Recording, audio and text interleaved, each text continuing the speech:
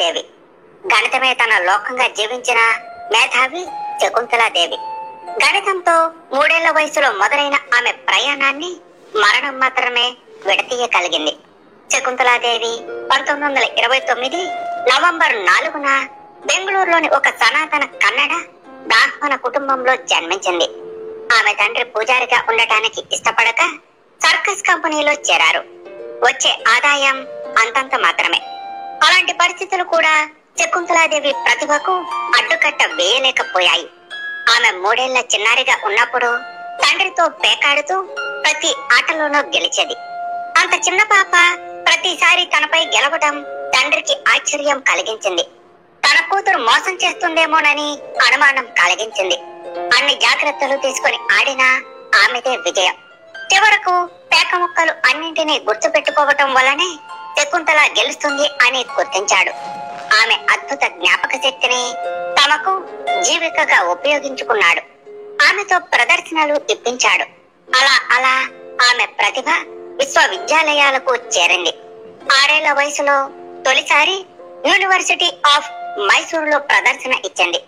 ఆ తర్వాత 2 ఏళ్లకు అన్నామలై విశ్వవిద్యాలయంలో, ఆ తర్వాత ఉస్మానియా, ఆంధ్ర విశ్వవిద్యాలయాల్లో బాల మేధావిగా ఆమె పేరు మారుమోగింది.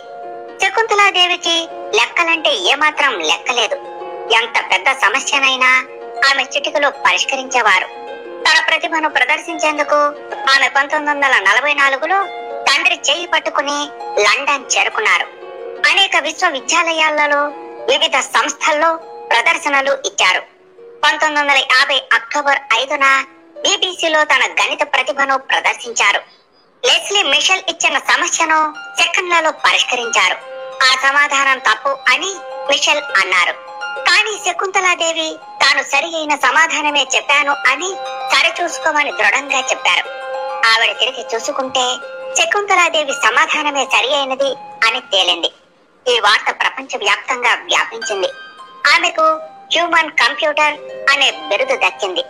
శకుంతలాదేవి ప్రతిభకు డల్లాస్ లోని సదరన్ మెథడిస్ట్ యూనివర్సిటీలో జరిగిన సంఘటన మరింత అర్థం పడుతుంది. అమెరికాలోని ఈ యూనివర్సిటీ వారు శకుంతలాదేవిని ఆహ్వానించారు. ఆమె ప్రతిభను పరీక్షించే పనిలో భాగంగా 201 అంకెలు ఉన్న సంఖ్యకు 23వ రూట్ చెప్పమన్నారు. ఆవిడ 50 సెకండ్లలో చెప్పేసింది. కానీ అది నిజమో కాదో తెలుసుకోవటానికి అమెరికన్ బ్యూరో ఆఫ్ స్టాండర్డ్స్ సంస్థలోని యూనివాక్ 1101 అడ్వాన్స్డ్ కంప్యూటర్ లో ప్రత్యేక ప్రోగ్రాం రాయవలసి వచ్చింది. 1980లో లండన్ ఇంపీరియల్ కాలేజీలో ఆమె గిన్నిస్ రికార్డు సృష్టించారు.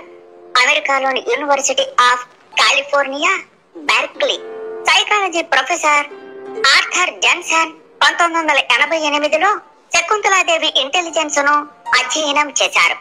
అనేక క్లిష్ట సమస్యలను జెన్సన్ పేపర్ పై రాసే కంటే అతి తక్కువ సమయంలో ఆమె పరిష్కరించి అతన్ని ఆశ్చర్యపరిచారు. 1977లో అమెరికాలో ఓ కంప్యూటర్ తో శకుంతలాదేవికి పోటీ పెట్టారు. 188132517 అనే సంఖ్యకు 3వ వర్గం కనుక్కోవటంలో ఈ పోటీ పెట్టగా ఆమె కంప్యూటర్ ను ఓడించేశారు. ఇక 1980 జూన్ నెలలో 13 అంకెలు ఉన్న 2 సంఖ్యలు తీసుకున్నారు.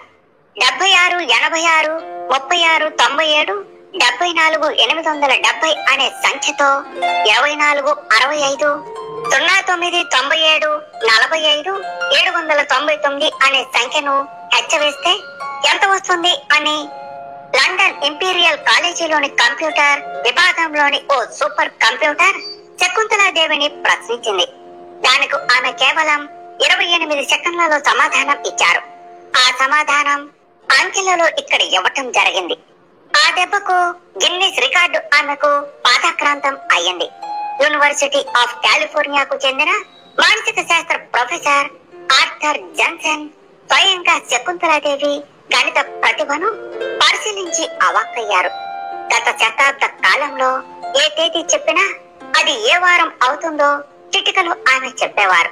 1977లో 201 అంకెలు ఉన్న సంఖ్యను 23వ వర్గంతో కేవలం 50 సెకండ్లలో చెప్పేశారు. శకుంతలాదేవి కేవలం గణిత మేధావి మాత్రమే కాదు, మంచి రచయిత కూడా. స్వలింగ సంపర్కంపై భారతదేశంలో తొలి సమగ్ర రచన అయిన ద వరల్డ్ ఆఫ్ హోమోసెక్సువాలిటీ 1977న శకుంతలాదేవి రాసింది. దీనితో పాటు గణితం, జ్యోతిష్యంపై అనేక పుస్తకాలు రాశారు. Fun with numbers, astrology for you, puzzles to puzzle you, mathablit లాంటి పుస్తకాలు రాశారు. యూనివర్సిటీ ఆఫ్ ఫిలిప్పైన్స్ 1969లో శకుంతలాదేవికి most distinguished woman of the year award ఇచ్చింది. వాషింగ్టన్ డీసీ 1988లో రామానుజన్ మ్యాథమెటికల్ జీనియస్ అవార్డును ప్రదానం చేసింది.